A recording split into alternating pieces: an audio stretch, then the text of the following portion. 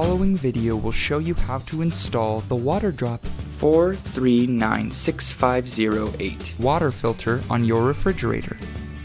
Take out the old filter by turning it counterclockwise and then gently pull it out.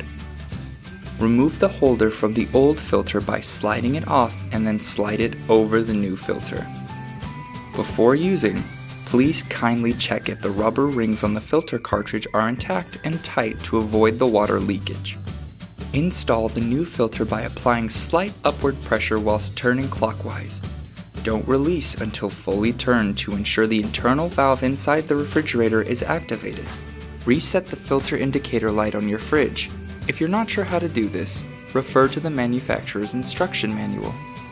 Dispense water, looking for a good flow rate. It's recommended to flush the new filter a few minutes to remove any trapped air or contaminants from the system.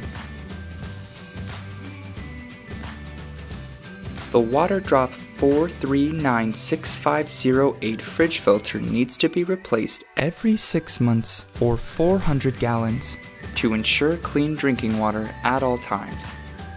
Whichever comes first will vary based on water condition.